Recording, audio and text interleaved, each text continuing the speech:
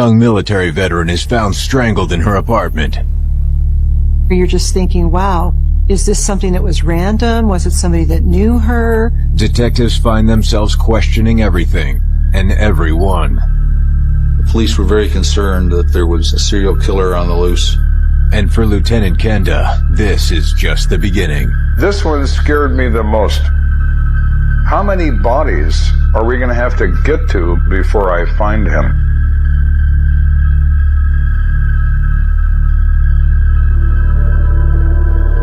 Colorado Springs is home to a large military population. Over 40,000 serve at one of the area's 5 bases, making it the region's largest employer. Many who serve live off base in large apartment units. One of those is U.S. Army Specialist Tracy Spencer. On the morning of July 19th, 1986, Tracy needs a ride from his apartment to his post on Fort Carson. He knocks on a neighbor's door, hoping to catch a ride. But his friend isn't home. Tracy walks away, but his eye catches something strange in another unit. He had walked to a neighbor's apartment. That neighbor wasn't at home. He walked back towards his own apartment, glanced in the neighbor's window, saw what appeared to be a body on the floor. Tracy rushes to get help. Tracy Spencer saw this and then went down to his apartment and got his wife to go back up with him. And then she actually entered the apartment by removing a screen and going through a window. She discovered the body that was on the floor in the bedroom between the bed and a wall. And then at that point, they called 911. Within minutes, detectives arrive in the apartment belonging to 22-year-old Mickey Fillmore. It's clear the victim is dead. The initial indication in the apartment was first that there did not seem to be any real obvious signs of struggle.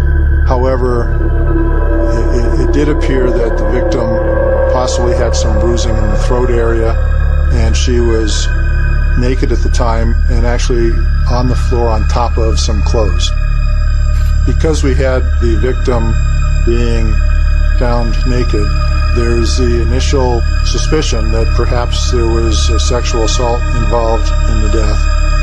The coroner makes an initial determination regarding the cause of death. The body of Mickey Fillmore was found with bruising and scratches on the neck. She's got bruising of what we call the strap muscles, which are the muscles of the neck that allow you to move your head back and forth and nod yes or no. She also has some bleeding around the hyoid bone that lives high up in the neck.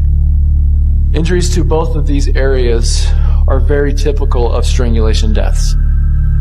And so at this point, we began our investigation believing that this would be a homicide case. As head of the Major Crimes Unit, Lieutenant Joe Kenda now takes over the investigation. He's worked on hundreds of homicides, but this case will prove to be his most haunting. The position of her body on the floor with her legs open made it apparent to me that there was at least sex, if not rape, involved in this crime. Rape is unfortunately a common crime. Rape and murder are not that common.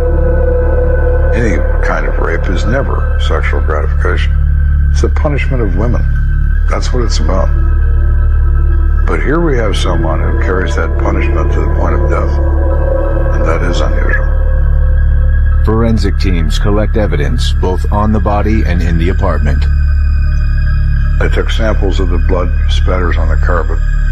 They also vacuumed the apartment for any hairs or trace evidence that may have fallen from the suspect during the course of the attack. Her wallet was there was cash there. The only purpose of this person being in this place was to rape and kill. There's no burglary, there's no theft, there's no removal of property. It's rape, kill, and leave. The evidence suggests someone entered Mickey's apartment in the early morning hours. possibly through an open window. The suspect then surprised Mickey while she was asleep in bed. Bruising about Mickey's face suggested a quick and brutal attack. It was the kind of thing where you're just thinking, wow, is this something that was random? Was it somebody that knew her? You know, what happened that would cause her to be strangled and just left there? Nothing about that crime scene said to me that our man spent any amount of time in there at all. It was very quick. There is no candle lighting, no ritualistic behavior, no moving of furniture, no prolonged physical assault. None of the things you often see in sexual assault. That's unusual. The next question is obvious. Why? Why is he doing that? Why is it important to him to get in and get out? Is it because people know him? Is it because there are so many people living here, somebody might see him? It could be any one of those things. He wants in, he wants out. We just don't know why. Investigators question the witnesses who found the body. Lisa Spencer and her husband Tracy. Lisa says that she saw Mickey Fillmore, the victim, the night before her body was discovered, and that she was happy and upbeat and having some pizza. She seemed to be her completely normal self. Neither Tracy nor Lisa said that they saw or heard anything in relation to Mickey's apartment or Mickey herself that was unusual or out of the ordinary. But Lisa says that Mickey had been having troubles recently. Her fiancé had left her and stopped paying the utility bills. And there's something else. Lisa Spencer also told us that Mickey was concerned that she was pregnant. Everybody, the neighbors, including the Spencers, sort of kept an eye on her because she was such a nice person. Upbeat person, didn't drink, didn't use drugs, didn't cause trouble. We have nothing that says that Mickey lives a lifestyle that would put her at some level of risk. To Kenda, however, they've just scratched the surface. We find out she's pregnant. Is it her fiancé's baby or is it someone else's? We don't know. Everybody seems to like Mickey, but nobody knows how she spends her time. Police canvass the apartment building for more leads and find someone who does know how she spends her time. One of the apartments adjacent to the victim's apartment, Mickey Fillmore's apartment, there were two brothers, Dexter and Dwight McNeil. Dexter actually lived at the apartment, and Dwight had come in from out of town, apparently to help Dexter move out. In talking with them, we were able to determine that Dwight actually went with the victim to a nightclub the evening prior, the night of July 18th. Dwight McNeil says that when they were at a place called the Korean Club, another man came over to their table and talked with Mickey. It was apparent to Dwight that Mickey knew this person. Dwight describes this individual as being 5'10 or 5'11, 170, 180 pounds, in his 20s. He has an earring in one ear and he has a New York-type accent. He sees them talking, doesn't pay a lot of attention to it. He's not there as a boyfriend to Mickey, he's just with her. Dwight says that he and Mickey decided to leave the club at about 2 a.m.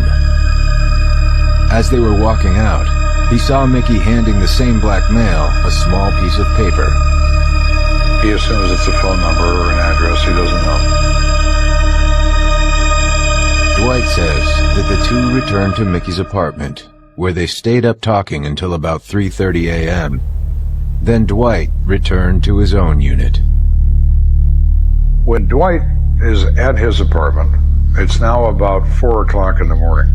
He hears somebody knocking on Mickey's door. He has a front window in his apartment as well, just like Mickey does. So he pulls back the curtain and he sees the same black male that he saw at the club knocking on her door. And he's certain that this individual is the same person he saw in contact with Mickey at the club. White's timeline is supported by another witness living upstairs from Mickey. She remembers being awakened by a scream. A woman's scream. Very early that morning. She thought it was about 3:45 in the morning. Heard a scream. Heard some thumping, like maybe a fight, maybe. But went back to sleep immediately and didn't hear anything else. Did Mickey arrange a late-night rendezvous that ended in murder? Maybe. Of course, the second possibility also exists. What if Mickey's fiancée wanted to end their relationship permanently?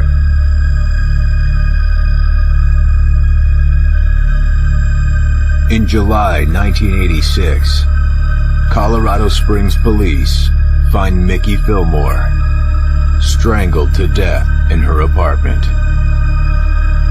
News of Mickey's murder stuns the local community and causes many to begin locking their doors. When something like that happens in your apartment complex where you live, you are going to be concerned and everything, but I don't know that there was a heightened sense of, wow, I might be next. I might be, somebody who would be attacked by, a random serial killer.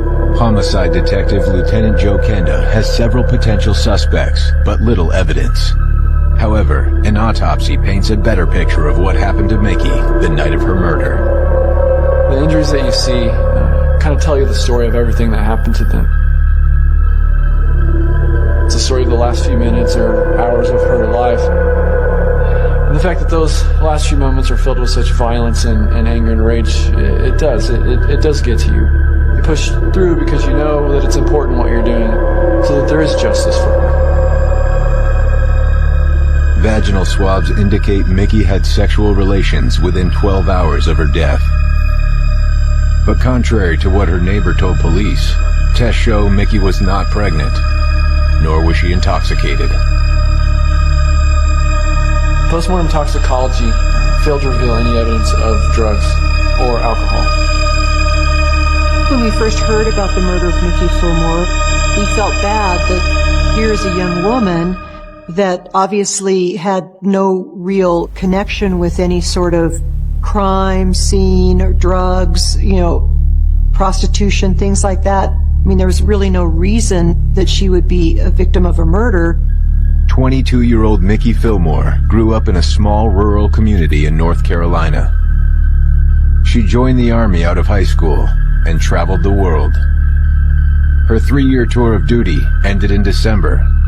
It's the parents' nightmare. It's the young girl in her early 20s. She's looking forward to meeting up with her fiancé. She's just living here for possibly just a few more weeks. I'm a parent now, and it's the type of thing that you just dread. 2 days after the murder, investigators finally reach Mickey's fiancé by telephone in Philadelphia. He sounds both surprised and shocked at the news. He said that he hadn't abandoned Mickey at all. He went back east to finalize a divorce from his first wife to marry Mickey. He has a solid alibi. He was 1,700 miles away at the time of the murder. The fiancé looked good, but he could verify his whereabouts.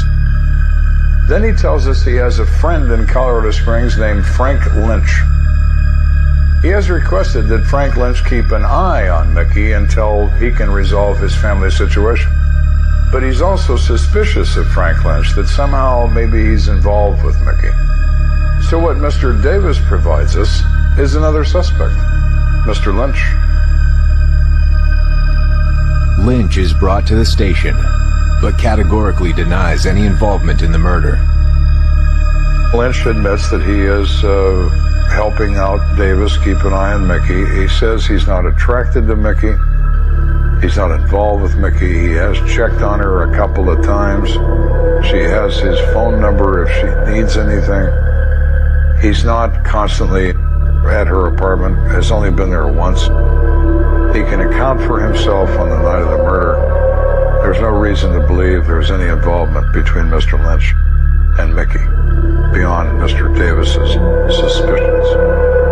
So with that information in hand, we pretty much close out Mr. Lynch as part of the case. Mickey's fiancé and Mr. Lynch are officially ruled out as suspects. But for police, it's not long before another falls in Lieutenant Kenda's lap. A guy calls in and announces his name is DeCarlo Dowden. And he says, I am the guy that was with Mickey at the Cream Club the night before her death. Wow. Our guy that I'm interested in identifying has just identified himself. After the murder of Mickey Fillmore, clues point to a mysterious man seen lurking outside her apartment at 4 a.m. Detectives aren't sure of his identity, but a surprise call changes all of that. Out of the blue, this guy calls us. Says his name is DeCarlo Dowden, and he wants to talk. DeCarlo Dowden told us that he had driven to the club and ran into Mickey Fillmore. And while he didn't know her from before personally, he recognized her from the apartment complex.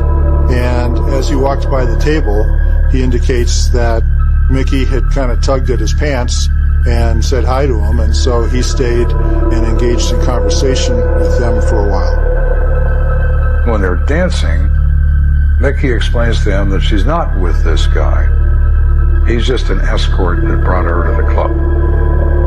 Mr. Dowden says that in his opinion, she was indicating to him that she wanted to see more of him.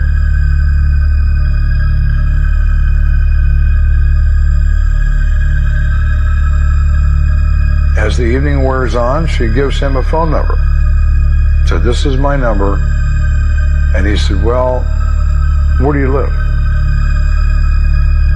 Mr. Dowden believed that her manner and the way she was talking to him and so on, it was clear to him that she was offering him an invitation to come over. He asked her address and she provided it. In Mr. Dowden's mind, that was an open invitation. So we asked him, did you go over to her apartment? Yes, I did.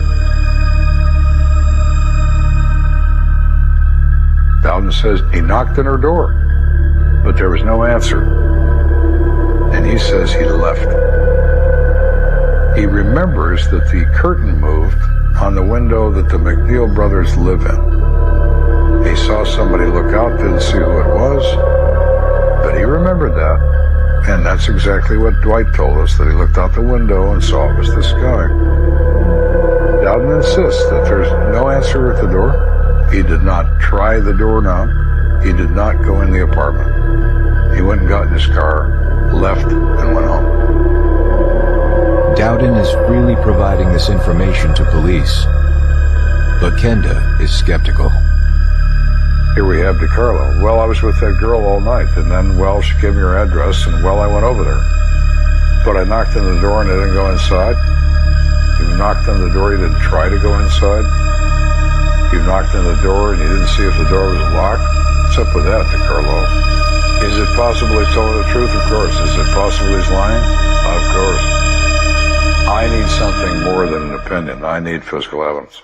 Some of my men wanted to arrest him right then and there. Not going to happen.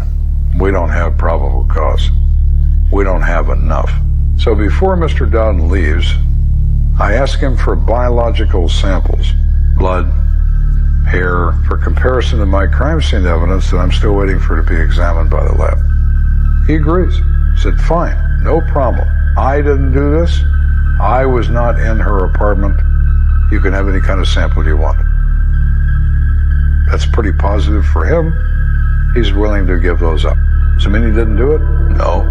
Investigators run a check on Dowden's hair and blood against that collected at the crime scene. That will take several weeks to process. In the meantime, they bring in Dwight McNeil, the victim's friend, who picks Dowden out of a photo lineup.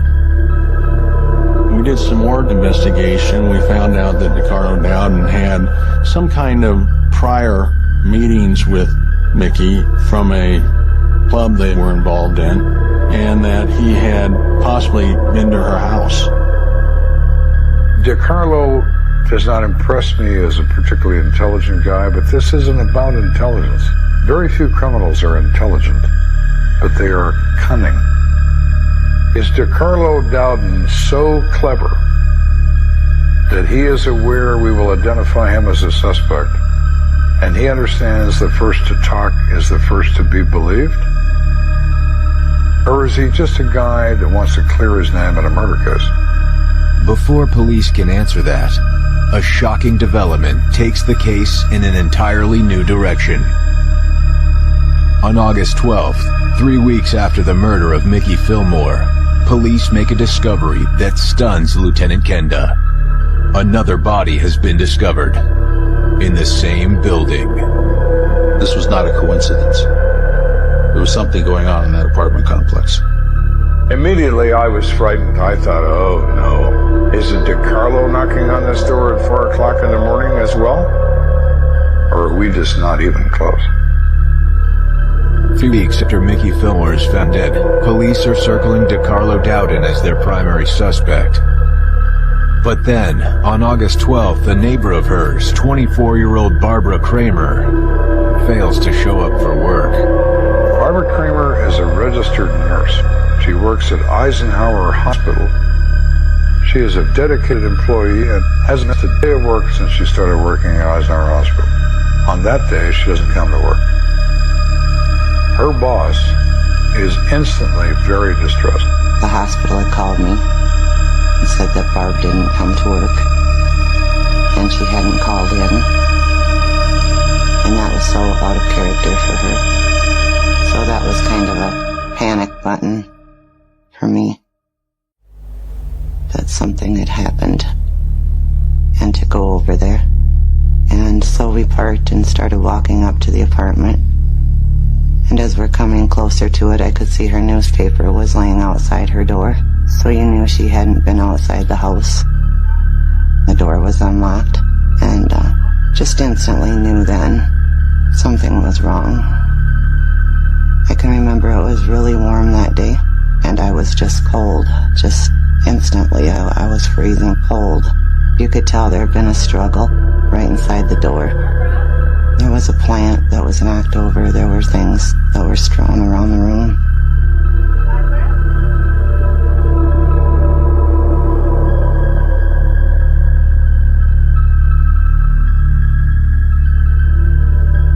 That's when the friend who was with me come out and told me that she thought Barb was lying in her bedroom beside her bed on the floor.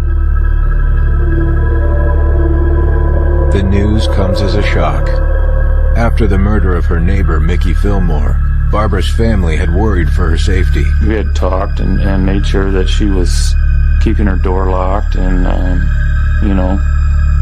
watching out for things and just being extra cautious, But she said she'd be fine, and so it was, be careful, and she was a pretty careful person, and kind of felt that she would be all right. When Lieutenant Kenda arrives at the crime scene, he is horrified by what he finds. I got almost sick to the stomach, not from looking at the body, but from knowing this is the same guy. This is Mickey, too. Barbara Kramer's a white female, 24 years old, tall, very pretty. Mickey Fillmore was black female, somewhat shorter, but other than that distinction, it looked like the same crime scene.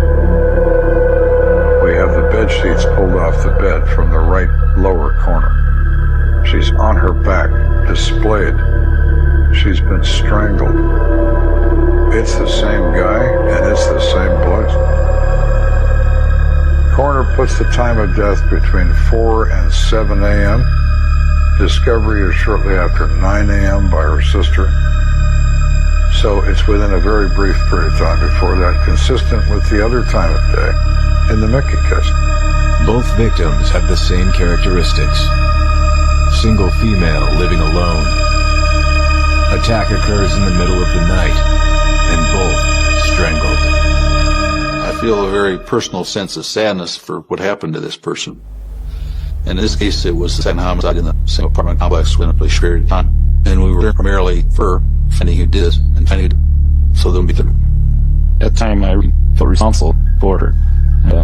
Obviously felt like I could let her down, let my family down, because of what happened to her. This doesn't happen to us. You don't believe it. For a long time, just kind of wished it would be a nightmare. Now you wake up. But it's... Oh, as soon as I heard that this was the second one in a matter of weeks, I became suspicious that perhaps the killer or killers maybe lived in the area. Certainly, they'd watching, monitoring what steps were taken in our investigation. Of all these hundreds of people we've talked to, surely we haven't talked to him, because he's carrying on here as if nothing matters. And that really frightened me. At least we're very concerned that there was a serial killer on the loose, and that this wasn't going to end anytime soon. Investigators immediately tracked down DeCarlo Dowden. He says he's been with his girlfriend all night. And she alibis him out for Barbara Kramer. He's with her. He's still there now. Well, if DeCarlo Dowden didn't kill this woman, then he didn't kill Mickey either. My best suspect just went away. This is too similar of an offense. It cannot be one and not this one. Same killer, two targets. DeCarlo Dowden's not the guy. Who is? You're standing there thinking that your cunning guy is one step ahead of you for certain. How many more steps is it going to take? How many more people have to die before we figure out who this guy is? If he will do a second one, he's going to not stop until we stop it. How many more bodies are we going to have to get to before I find him? Both victims were found in the same complex, and Detective Kenda thinks the killer may have stalked both victims before the attacks. All the doors and all the windows and all the hallways look identical. How did he select the correct apartment? Because he knew what the correct apartment was. It's not random. He surveilled this person, at least for a period of time, to make certain he's in the right place and he's at the right time. He's smart enough to take some steps. Is he smart enough to take them all? Probably not. Probably not. How many mistakes did he make? 5, 10, 15, 20? How many mistakes? I have to find the mistakes. Investigators canvass the apartment building for witnesses. Many are familiar faces from the Fillmore investigation. We encountered the neighbor lady who says that she's awakened at 6:30 in the morning by a lady's scream and sounds of a fight. Thumping on the floor, thumping on the wall. She wasn't sure about that, but definite sounds of a fight and a lady's scream at 6:30. So I'm standing at the railing in this complex wondering if I should jump or not during the course of this case. One of my detectives comes up and says, "Hey, I think we got something good." What do we got? What police have is more information. Information that may prove critical. The neighbor lady explains that she's coming out of her door at 6:25 in the morning. I live right close to Barbara Kramer. Live right there. I look over at her door, and Tracy Spencer is knocking on her door. He's got a piece of paper in his hand. I see him. I know him. I've talked to him many times. The door opens, and Spencer goes inside. And then the door slams shut. I mean, slams really hard. And I thought that was kind of strange. Oh, baby. So do I. So do I. Tracy Spencer was a key witness in the Mickey Fillmore investigation. He was the one that found her body and originally called police. It just smacks me in the head. Tracy Spencer is there when Mickey Fillmore is dead. And now Tracy's going into Barbara Kramer's apartment when she's discovered dead. Oh my, I have a new guy, and that is Tracy Spencer. After 2 women are murdered in the same apartment complex, neighbors fear that a serial killer is living nearby. You think, wow, is this something that is just random, that they happen to live in the same apartment complex? Or is there somebody that is stalking women, single women, young women who live in an apartment complex and they're finding them vulnerable and they're breaking in? We knew not only would it be very unnerving for that community within the apartment complex, but it's unnerving to us as well to know that there's somebody out there that has now killed 2 people and you're not sure who it is. But when a witness names Tracy Spencer as a possible suspect in the Barbara Kramer case, investigators realize he was the same person who admitted finding Mickey Fillmore's body. Police refocus on Tracy and his background. He had a minor criminal history. No history of sexual assault. Minor criminal activity, not unlike anybody else in the building. Nothing about it stood out. All of a sudden, the police had the situation where the person who called in the first murder, who discovered it, who discovered the body, was now the prime suspect in both murders. This was certainly something that wasn't ordinary or expected. I'm not a big believer in coincidences. Tracy Spencer has just found himself as suspect number 1 in 2 murder investigations. I have put surveillance on Tracy Spencer's apartment. I'm applying for an arrest warrant to arrest him for 2 counts of first-degree murder. But we need to re-interview everyone. We need to start over. Again. Kenda doesn't want to talk to him just yet. The veteran detective first wants to speak with his wife, Lisa. Lisa and Tracy found Mickey's body together. We tell her what's going on, that we intend to arrest her husband. She initially denies everything. She sticks to her initial story. My husband just found Mickey. He was with me all night. Same stories that she told at the time, that Mickey was discovered. When I tell her that we have an eyewitness that knows Tracy, that sees him go into Barbara Kramer's apartment with a piece of paper in his hand and slam the door behind him, then she starts to cry. It's not uncommon for a wife to give a defendant an alibi until she realizes who she's dealing with and the type of person she's dealing with. And then oftentimes they will come forward and tell the truth. Then I said, Lisa, if you continue to protect him, I'm going to figure out a way to throw you in jail too. She then breaks down completely and says, well, I lied. You lied about what? I lied that Tracy was with me all night, the night that Mickey was found, because he wasn't. He goes out and goes for walks. He leaves the apartment. He goes away. What else? Well, he was talking to me about Barbara Kramer. He said that he's been finding her mail laying on the sidewalk, that maybe the wind blew it out of the mailboxes, and that he should go give it back to her. Do you ever find mail around here, Lisa? No. Aren't they locked mailboxes? Well, yeah, they are. Didn't you think that was odd that he would find mail from Barbara Kramer and no one else? Well, I wondered about it, but I didn't know. Lisa says that Tracy had an envelope for Barbara Kramer, but she'd accidentally thrown it away. And Tracy became very angry.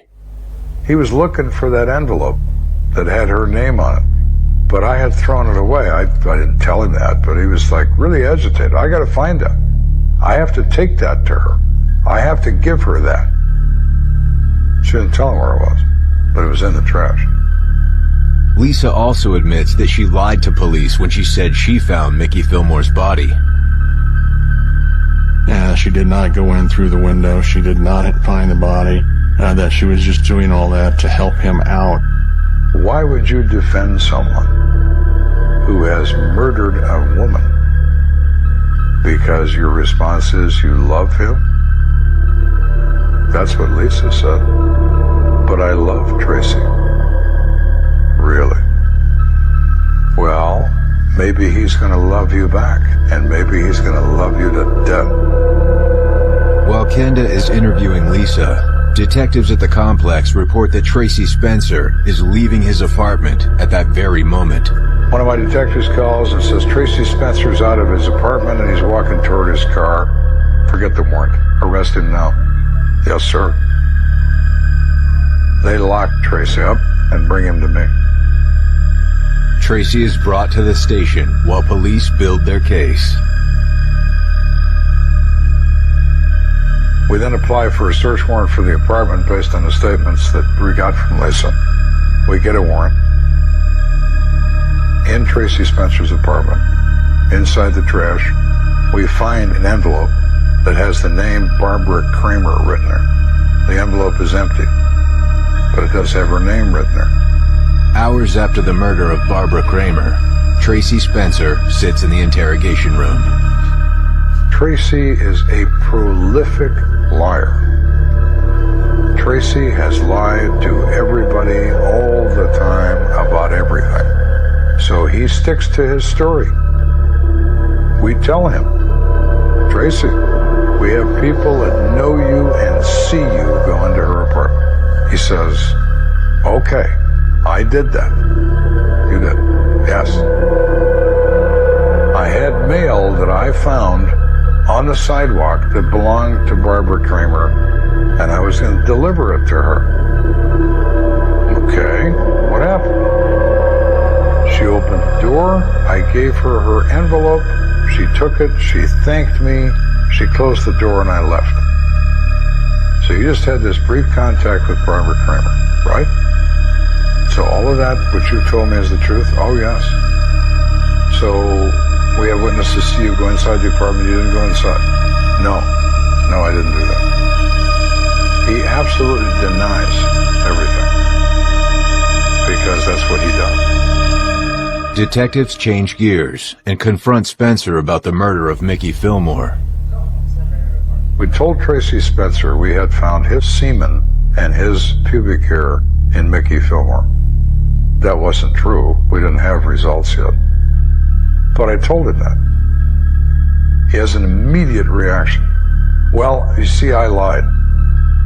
I lied when I talked about Mickey because I didn't want my wife to know that she and I were having an affair. And I had sex with her that night.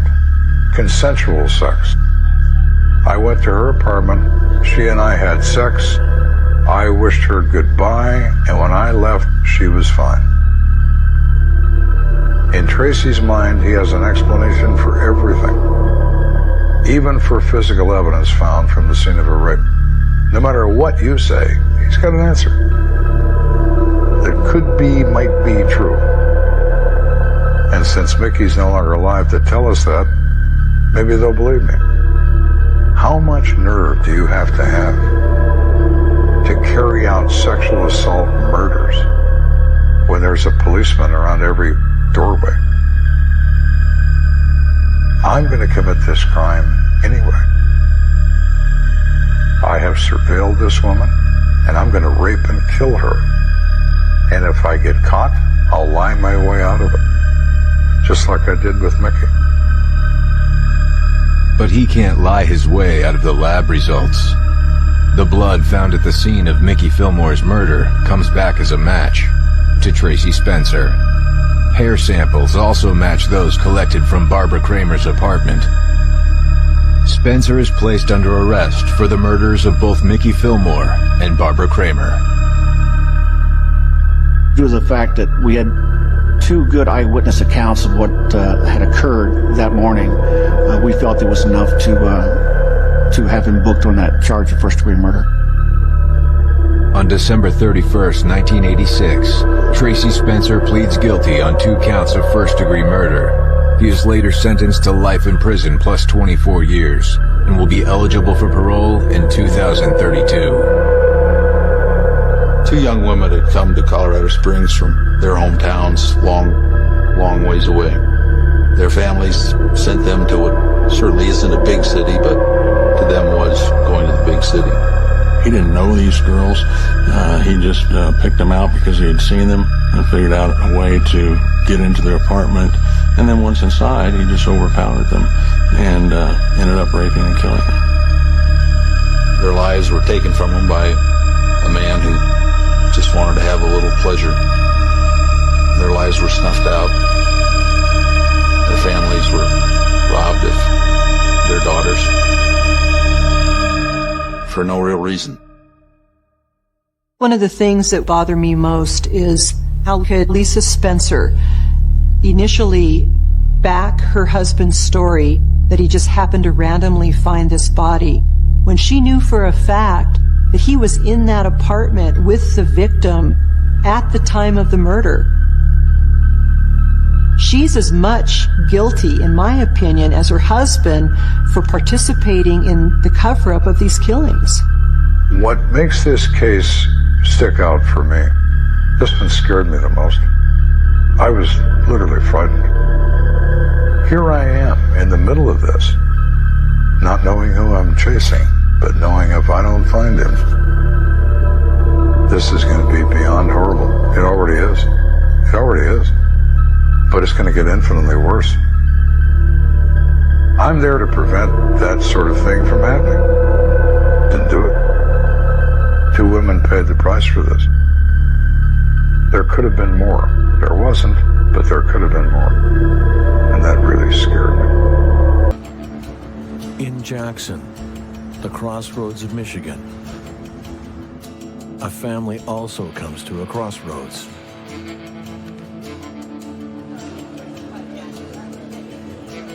A mystery illness, and a bizarre discovery. In this house of nightmares, nothing is as it seems.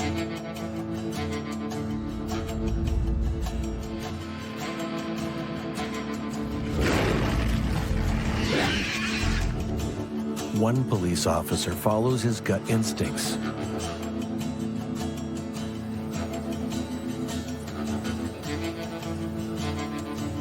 and discovers the abomination that was supposed to stay hidden. Along the Grand River, about 75 miles from Detroit, Jackson lies in central southern Michigan. It's an affordable working-class commercial and manufacturing hub known as a cool place to live. And it's got history. The Republican Party can trace some of its early roots to Jackson and the 1854 anti-slavery rally. The Jackson Railway Station is one of the oldest and greatest American railway stations, known as the Crossroads of Michigan. But some of Jackson's history is something its residents would prefer to forget.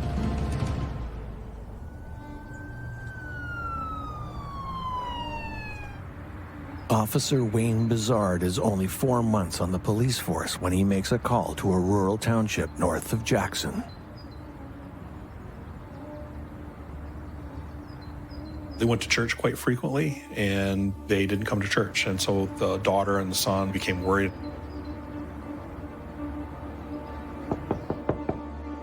But they had thought that it was a gas leak or something of that nature, so they called 911. We went inside and cleared the house, and obviously it was a homicide.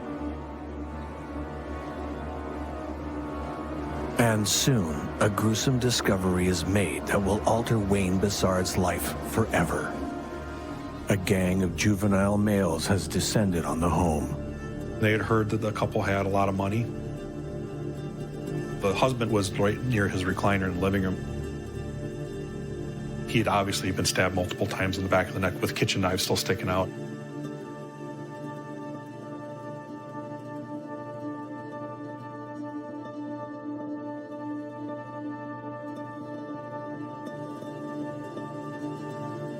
It's apparent that the female victim has attempted to barricade herself in the bathroom.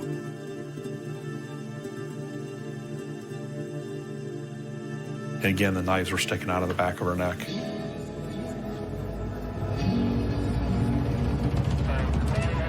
A rookie cop is initiated into the reality of violent crime and the trauma it inflicts. That one, I had a little PTSD. Obviously, I've never been exposed to that before. 4 years later, Bissard will be instrumental in a case so bizarre and macabre that it will eclipse that horrific rookie discovery and shake the town of Jackson to its core.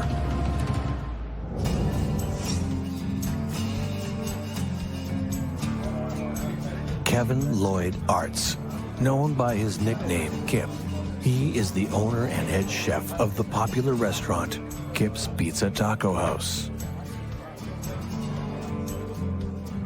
Patricia Ann Powers, known as Patty. When she meets Kip, she has one daughter from a former abusive marriage.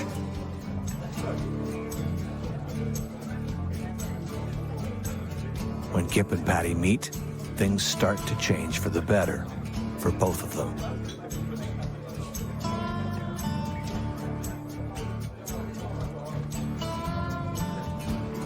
And after Patty's bad marriage, her family is delighted to see Patty happy again. The two wed and operate the restaurant together. Kip is the chef, and Patty is head waitress and runs front of house.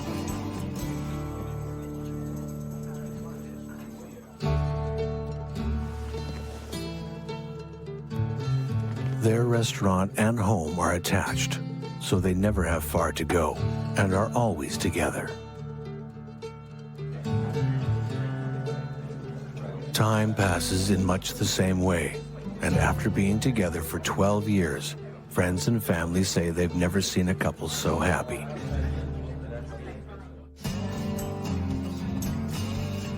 The couple decide to throw a big roast barbecue for the people they love. And having access to their own commercial kitchen, Kip and Patty are ideally situated to host.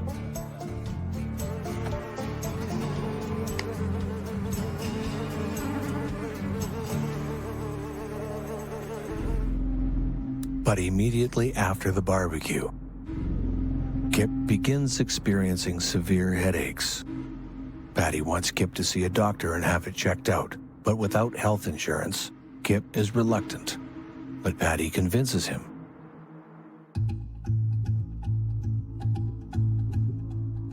The doctor has shocking news. Kip has a large blood clot on the right side of his brain and will need emergency brain surgery. On June 29, 1999, Kip is admitted to hospital in Jackson to remove the blood clot in his brain.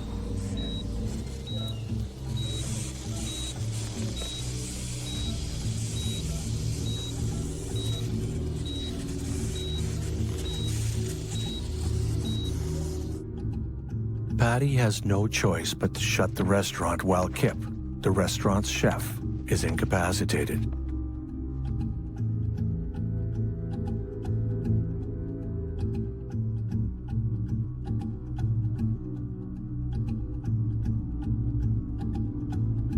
Kip and Patty do not have health insurance.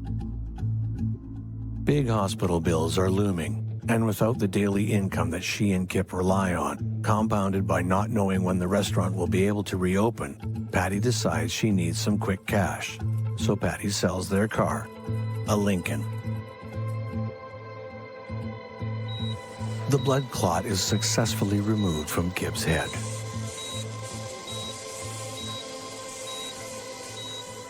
After the surgery, Kip is a changed man.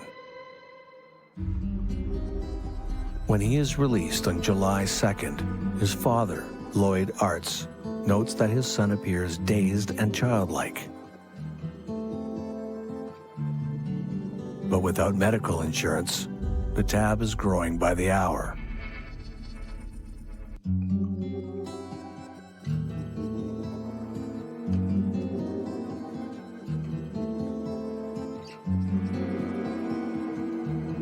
The concern over Kip's condition grows. As Kip's father notes, his son doesn't know what color his clothes are.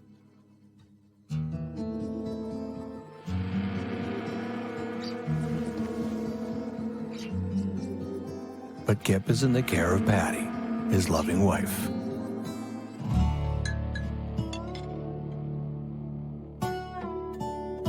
Kip will have some much-needed time at home to rest and recuperate. Patty is left entirely alone to care for Kip in their combined home and restaurant, which is usually bustling with customers.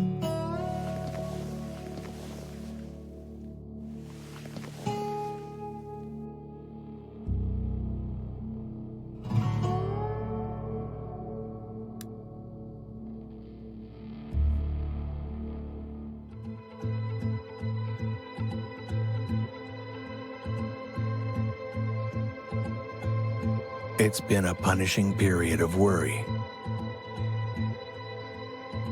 and Patty is overcome by exhaustion.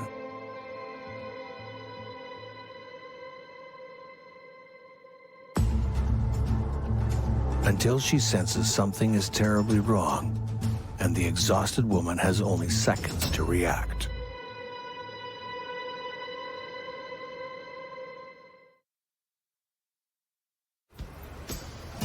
Jackson, Michigan. Population 33,534. Living in a diversified commercial and manufacturing center with ties to the auto industry. The cost of living is low. The air quality is good. With a small town feel, it's an ideal place to run a nice little restaurant. But on this night, these restaurant owners are vulnerable and alone, and the unthinkable is happening.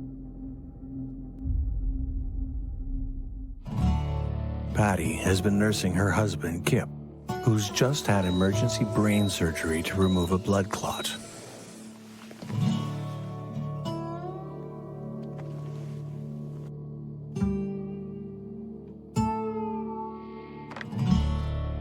It's not unusual for Patty's family to talk to her every day.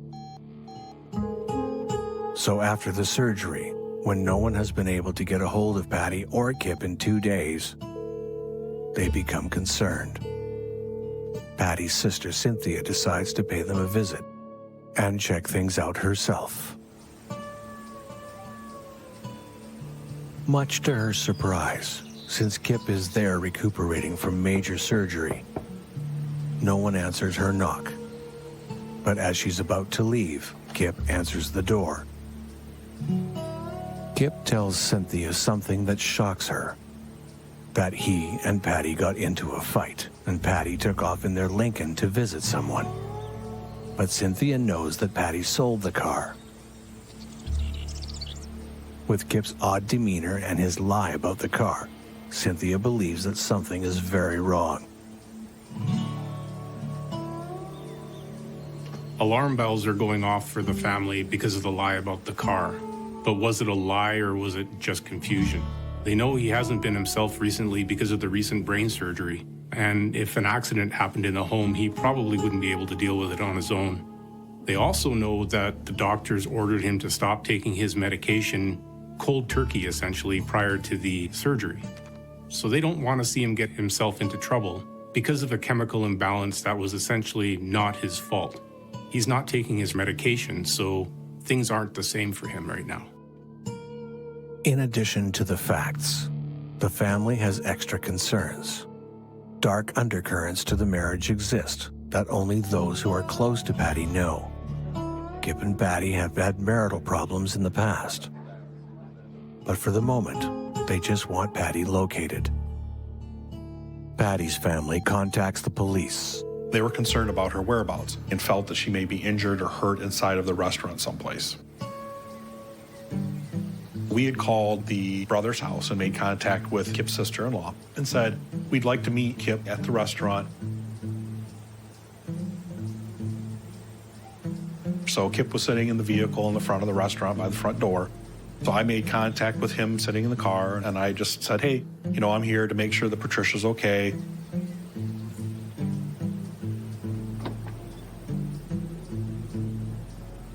So he reluctantly went to the front door of the restaurant to let me in. When he started to put the key into the door, his hands were shaking. And then he said, I can't do this. And he turned around and he went back and sat in the car.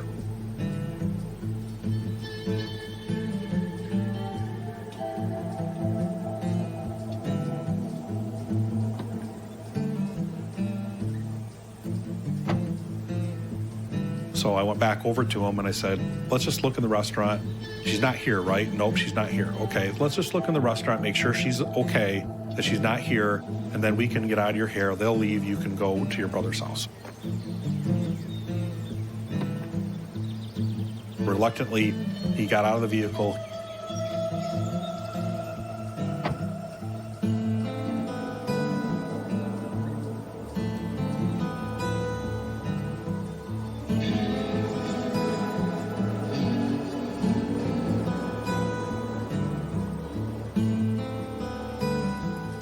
And again, his hands were shaking, but he opened up the front door, and I followed him into the restaurant. The men enter the restaurant, but Kip does not turn on the lights. Bizard looks for the body of Patty. Still in darkness, Kip leads the officer into the kitchen area.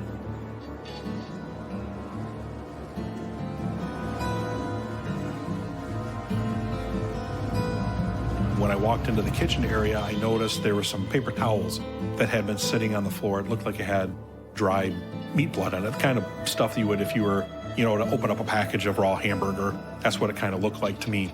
And then next to it was a large garbage can, which had some of the same type thing in it. Well, the restaurant had been closed a couple of weeks. I had known that, so I thought that was kind of strange, but maybe not out of the ordinary for a restaurant. Officer Bizard has one last look for Patty, but he sees no sign of her.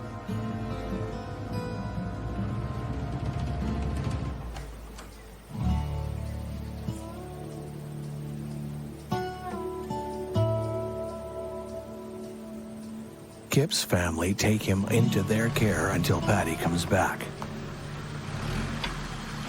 Patty's family talks to Bizard, and the more they tell him, the more concerned he is for her safety. Bizard consults with Detective Tom Fierro about events at Kip's restaurant. And I told him my concerns and what my feelings were, and I told him I think we need to go back in and look a little more closely inside the restaurant. Officer Bizard arranges with Kip to meet at the restaurant at an arranged time later that day for further inspection. Then, Officer Bizard and Fierro get an idea: to return to the restaurant before the arranged time so they can look around before Kip gets there. But when they arrive early, the officers get a big surprise. They're not the only ones who have arrived early. He was carrying a cardboard box and then turned and walked away from us to the front of the building and disappeared around the front of the building. Kip doesn't know it, but whatever he's come back early to do is now being observed by police.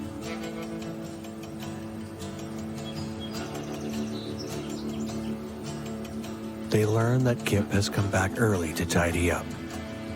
The kitchen was never properly cleaned after the big pig roast he and Patty had hosted before his emergency surgery.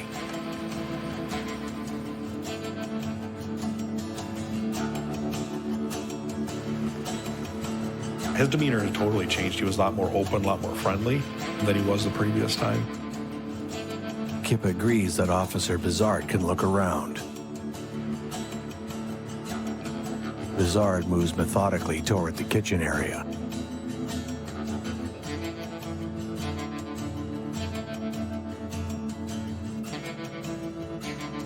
So what I immediately noticed inside the kitchen was a large pan, a stainless steel-like baking pan, and it had cooked on meat all over the inside of it. And I thought, well, it could be part of a pig roast. I don't know.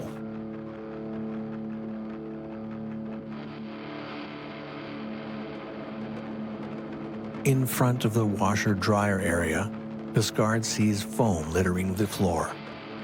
Inside of the dryer, it looked like there was foam or something in there. So I looked in there and it was just chunks of foam. It was like somebody had stuck a pillow or something in there and it disintegrated inside the dryer.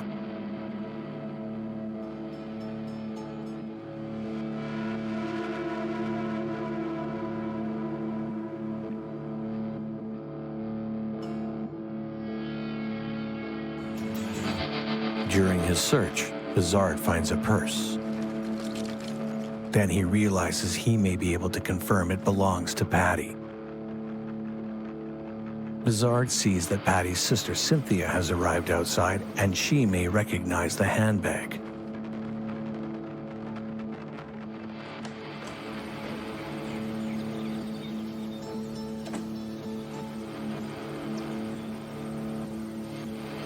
So now I knew that she hadn't left because she didn't leave her purse here.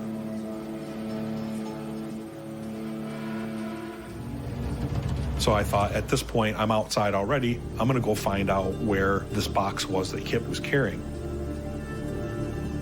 There was a dumpster, and I opened up the dumpster thinking it was going to be in there, and it was empty.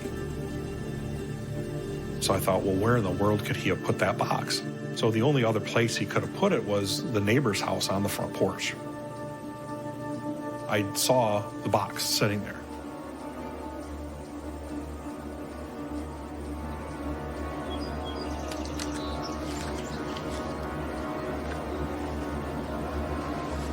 And when I opened up the box, there was a clear plastic bag.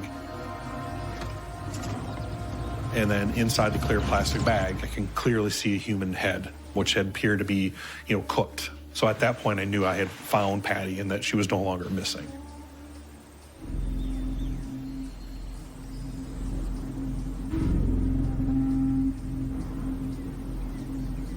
Bizard calls for more units to come and lock down the crime scene. I immediately went back and made contact with the detective, and I called him away from Kip. I said, I found her. She's in that box that he was carrying. He goes, are you sure they had a pig roast here? Are you sure that's not what it is? I know, I'm positive that's what it is.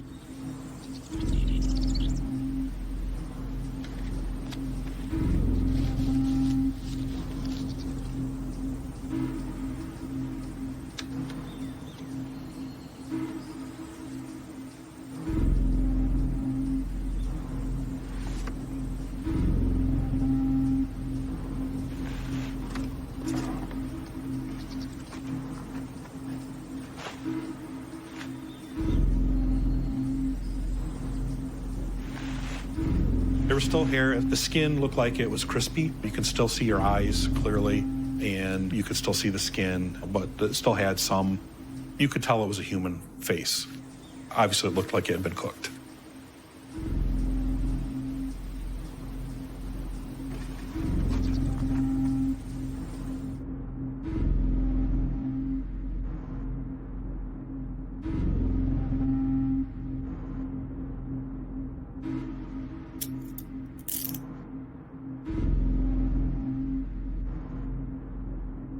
The officers take Kip into custody.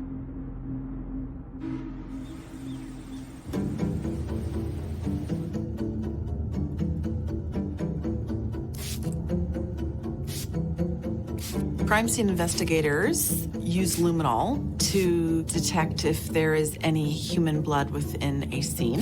Luminol interacts with the iron in hemoglobin and gives off a blue hue, which indicates that there is blood present even though a victim's blood may have tried to been cleaned up by the perpetrator. Luminol will indicate that there is blood even though if it wasn't visually present by our eyes. It makes the invisible visible when it comes to blood. And the garbage can glowed in the center of the room almost to the point where it would light the room up. When luminol was used in this case, it showed that there was blood present in multiple locations. The locations within the carpet in front of the couch and present on the kitchen floor and the kitchen counter, and there was enough blue hue within that kitchen to make it glow. It's likely that Kip kills his wife Patty while she's lying on the couch, hitting her in the head with a hammer. The importance of you trying to find out the patterns of blood, and that's when they rely on blood pattern and splatter specialists within police departments to determine where the victim sustained all of their injuries, and then how the victim was moved from that location and suspected to have been taken into the kitchen, where a lot more blood was located through the luminol. The fact that all of the blood and the blue glow from that luminol indicates that there was a very morbid and graphic scene, and that the victim ended up being dismembered within that kitchen area. When you come present onto a scene where there's suspected to be a deceased body, and there is luminol that is glowing and blood patterns that are present, why would an individual take the time to wash items in a washing machine? That would be a red flag, thinking that they were using items and trying to get rid of some of the evidence that were present on those items. So that all would have to be captured by the forensic identification team and gone through to see what type of evidence he was trying to destroy on those items. Kip dismembers Patty's body and bakes the bones and boils and cooks the remainder in the oven for what is estimated to be about 40 hours. Investigators find several axes that are suspected to have been used to chop Patty's body into pieces. When a body has been found to be dismembered, an autopsy by a forensic pathologist occurs to make sure, for example, that the bag of bones and flesh that were found are actually human, and they do match the dismembered head that the police found. So the DNA and all of that needs to match to make sure that we don't have more than one body at a scene and more than one victim. Rumors spread that the newly dubbed deep-fried killer, Kip, has served his wife to restaurant patrons. But this horrific and bizarre case is about to get even stranger. 2 weeks prior, body parts of another woman are found in several locations in Ann Arbor. Thomas Kraft of Swanton, Ohio, faces trial for aggravated murder and dismemberment of his wife, Lynette. Is it possible that Kip has another life that no one is aware of? Is he, in fact, a copycat killer?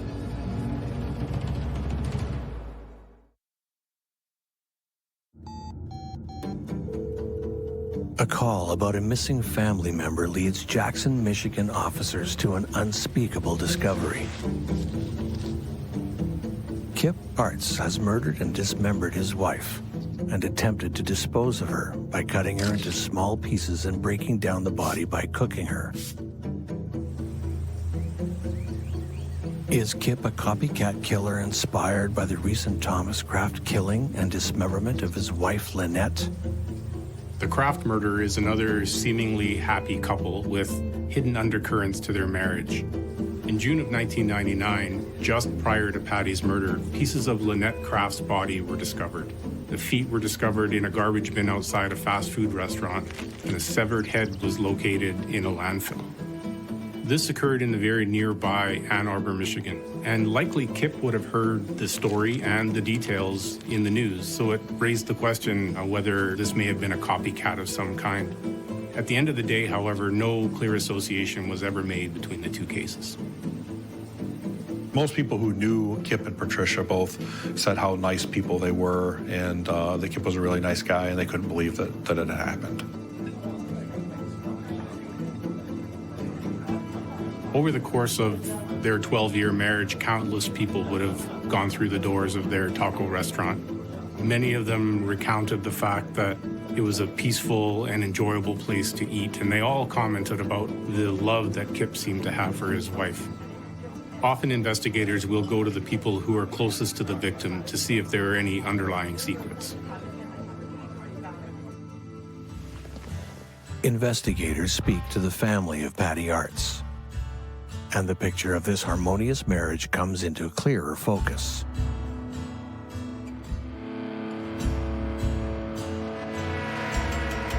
In the distant past, while in a rage, Kip tries to smother Patty.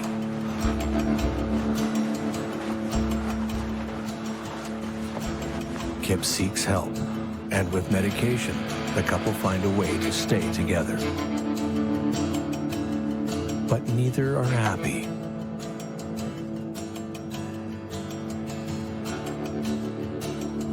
Kip is often suspicious of Patty.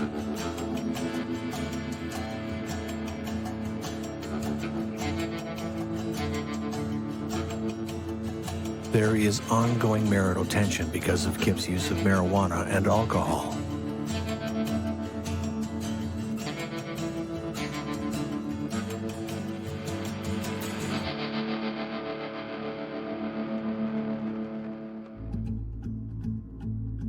When Kip returns home from the crisis of emergency brain surgery, Patty expects to be caring for him and nursing him back to health, but his behavior is largely unchanged.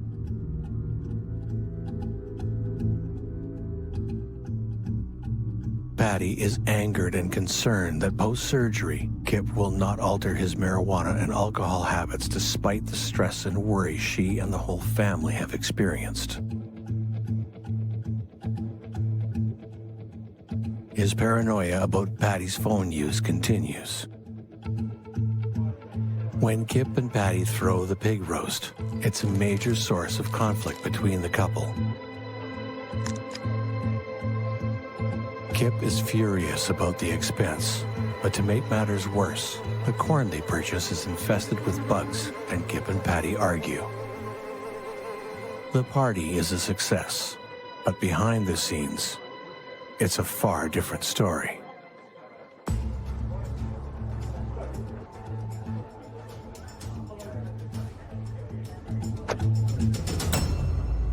By the end of the night, their kitchen has become infested by bugs.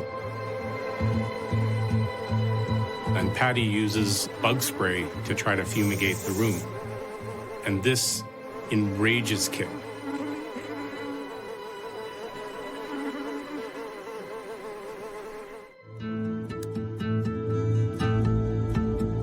Immediately after the fumigating incident, Kip learns about the large blood clot on the right side of his brain.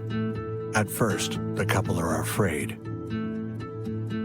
Then, fear turns to blame. Kip is convinced that his exposure to the bug spray triggers his blood clot, and it's all Patty's fault.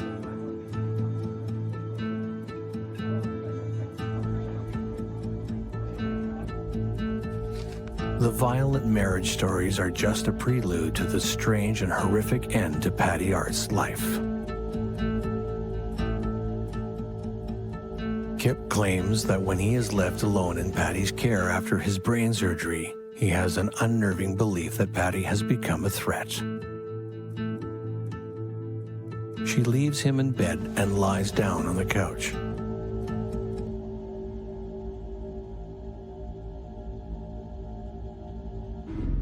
But Kip gets up and pursues her. He finds a hammer and raises it. The jury will hear that on the night of the murder, Kip saw the devil staring back at him. He didn't kill his wife, Patty, he killed the devil.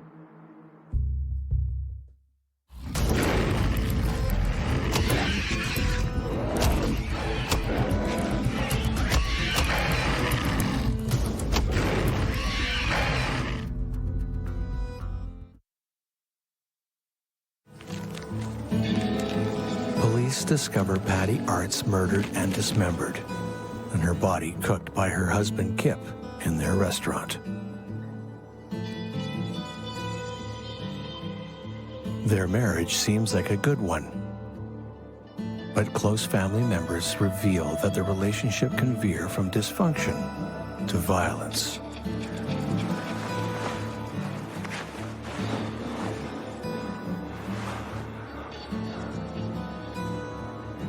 Evidence clearly establishes that Kip kills and dismembers his wife and goes to great lengths to cover his tracks.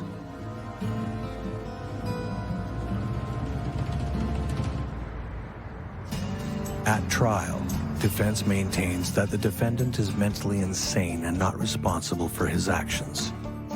In order for a finding of not guilty by reason of insanity or by mental disorder to be rendered, the defense has to show that mental illness profoundly affects the accused's reasoning process.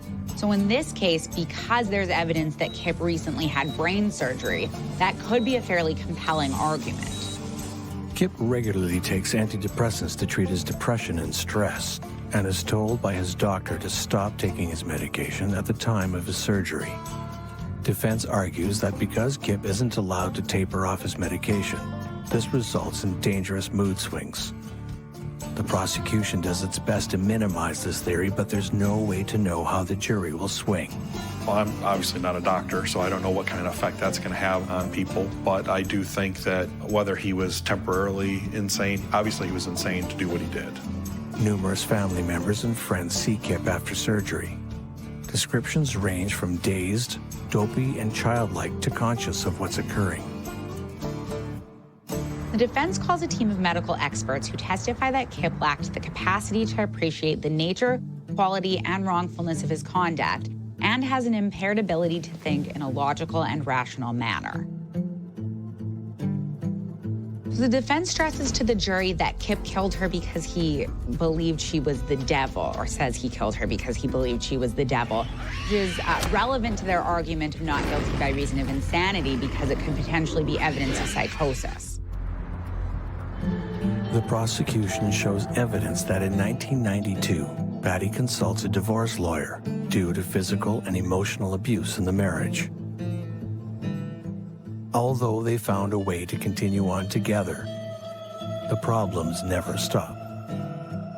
The marital tension due to Kip's alcohol and marijuana use is ongoing.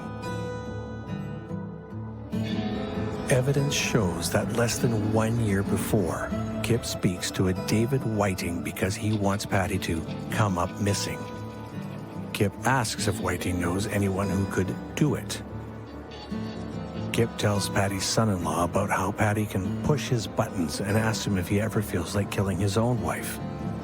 Kip speculates on how much it would cost to hire a killer. In the 1980s, it is shown that Kip has a conversation with a friend about the capture of a serial killer.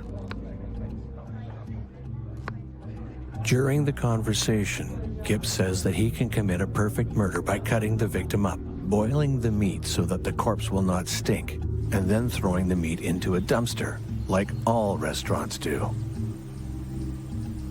The physician's assistant who treats Kip has yet more damning comments. He reports that post-surgery, Kip is still angry about the bug spray, and he still blames Patty for his brain surgery. Kip is also furious about the way Patty babies him post-surgery. The prosecution is able to call a competing team of medical experts. So the defense is calling their experts to try to prove that Kip was insane at the time of the incident. And what the prosecution's experts are going to testify to is that, in fact, he was capable of reason and that his actions were deliberate.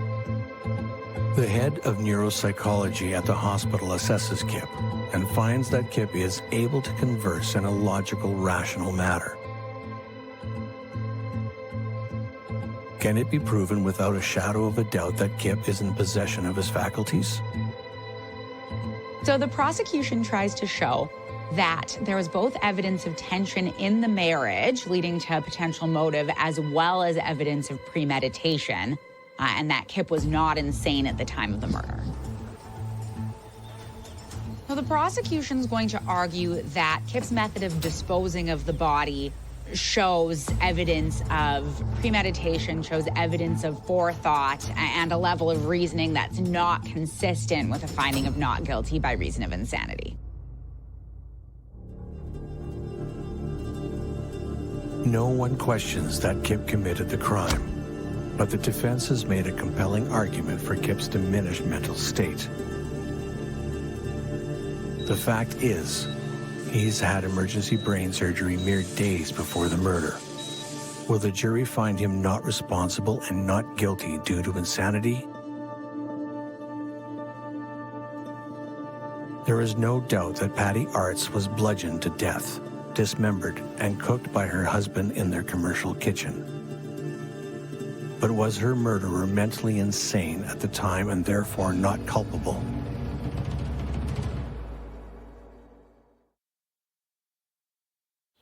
Jurors disagreed with the defense arguments, and on March 15, 2001, Kevin Lloyd Kip Arts is sentenced to life imprisonment without the possibility of parole by Jackson County Circuit Judge Edward J. Grant. Whether he knew what he was doing was right or wrong, I believe he knew what he was doing was wrong. If he didn't, he wouldn't have tried to cover it up over a 2-day period, cleaning the restaurant. To the naked eye, you would never have known there was anything amiss. To the average person, it would look like any other restaurant kitchen that had been closed. Kip's family believes that ultimately justice wasn't served in this case. Kip's father will never forget the moment where Kip couldn't even describe the color of his own clothes. They will probably always believe that he was in a confused and psychotic state, and that the only reason he did what he did was because he was hallucinating.